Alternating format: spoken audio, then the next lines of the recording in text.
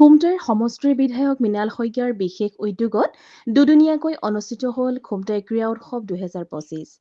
দুদিনীয়াকৈ খুমটাই নৰাগাঁৱত নৱনিৰ্মিত ষ্টেডিয়ামত অনুষ্ঠিত ক্ৰীড়া উৎসৱক লৈ উদুলি-মুদুলি পৰিৱেশৰ সৃষ্টি হয়। সাঁতোৰ, দবা খেল, বেডমিণ্টন, শ্বুটিং, মহিলা ফুটবল আৰু পুৰুষৰ পেনাল্টি শ্বটকে ধৰি কেইবাটাও ক্ৰীড়াৰ প্ৰতিযোগিতা আৰু প্ৰদৰ্শনী অনুষ্ঠিত হ'ল এই ক্ৰীড়া উৎসৱত। সকলো স্তৰৰ খেলুৱৈয়ে অংশগ্ৰহণ কৰা দেখা গ'ল এই প্ৰতিযোগিতাত। গ্ৰামাঞ্চলত নিৰ্মাণ কৰা ষ্টেডিয়ামখনৰ জৰিয়তে সুপ্ত প্ৰতিভা বিকাশ হোৱাৰ আশা বিধায়কৰ লগতে সকলোৰে। আনহাতে গোলাঘাট জিলা ছুইমিং এছ'চিয়েশ্যনৰ উদ্যোগত অনুষ্ঠিত হোৱা ছুইমিং ইভেণ্টতো 200ৰো অধিক প্ৰতিযোগীয়ে অংশগ্ৰহণ কৰা পৰিলক্ষিত হ'ল। আমাৰ যিখিনি য়ংষ্টাৰ, যিখিনি উঠি অহা প্ৰজন্ম, তেওঁলোকক ক্ৰীড়া ক্ষেত্ৰখনলৈ আকৰ্ষণ কৰিব লাগে, আকৰ্ষিত কৰিব লাগে। যাতে তেওঁলোকৰ যিকোনো খেল খেলিবলৈ মন যায়, অভিভাৱকসকলেও খেল খেলিবলৈ এৰি দিয়ে।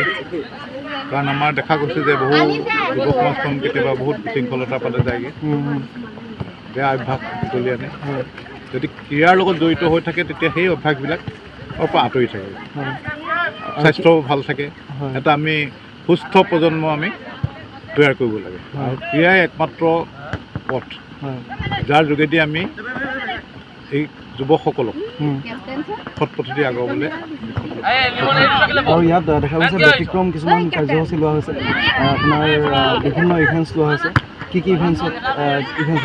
আমাৰ যোৱাকালিৰ পৰা কি হৈছিল, ছুইমিং হৈছিল, হৈ আছে, বেডমিণ্টন হৈ আছে, শ্বুটিং, আমাৰ ৰাইফল ৰেঞ্জ আছে, তাত শ্বুটিং হৈছে, women football, men's football, badminton, chess competition, এইবিলাক হৈ আছে। হয়, আৰু কিমান প্ৰতিযোগী ক'ৰ পৰা আহিছে?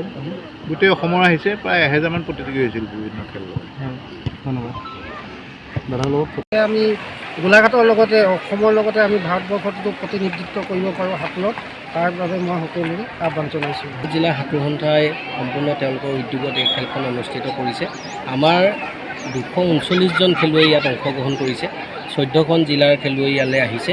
আৰু আচলতে প্ৰথম কথা এটা হৈছে যে ইমান এটা সুন্দৰ ইনফ্ৰাষ্ট্ৰাকচাৰ যি বিধায়ক মহোদয় ইয়াত বনাইছে, এইটো সঁচাকৈ আমি শলাগ লৈছোঁ অসম সাঁতোৰ সন্থাই। কাৰণ এনেকুৱা গ্ৰাম্য অঞ্চলত এনেকুৱা ধৰণৰ ইনফ্ৰাষ্ট্ৰাকচাৰৰ পৰা বহুতো খেলুৱৈ ওলোৱাৰ সুবিধা আছে। যিহেতু ধনঞ্জয় জ্যোতি হাজৰিকাৰ দৰে খেলুৱৈ গোলাঘাটৰ পৰা ওলাই বৰ্তমান ভাৰতবৰ্ষক প্ৰতিনিধিত্ব কৰিছে।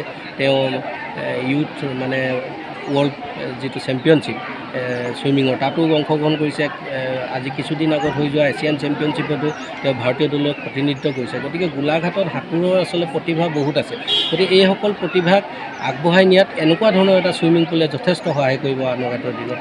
আমি চেষ্টা কৰিছোঁ আমাৰ যিবিলাক প্ৰতিভা আমাৰ অঞ্চলত আছে তেওঁলোকক এটা প্লেটফৰ্ম দিয়াৰ প্ৰয়াস কৰিছোঁ, যাতে তেওঁলোকে ভৱিষ্যত দিনত আমাৰ গোলাঘাট জিলাৰ লগতে অসমক ৰিপ্ৰেজেণ্ট কৰক, ভাৰতবৰ্ষক ৰিপ্ৰেজেণ্ট কৰক, অলিম্পিকলৈকে ওলাই যাওক।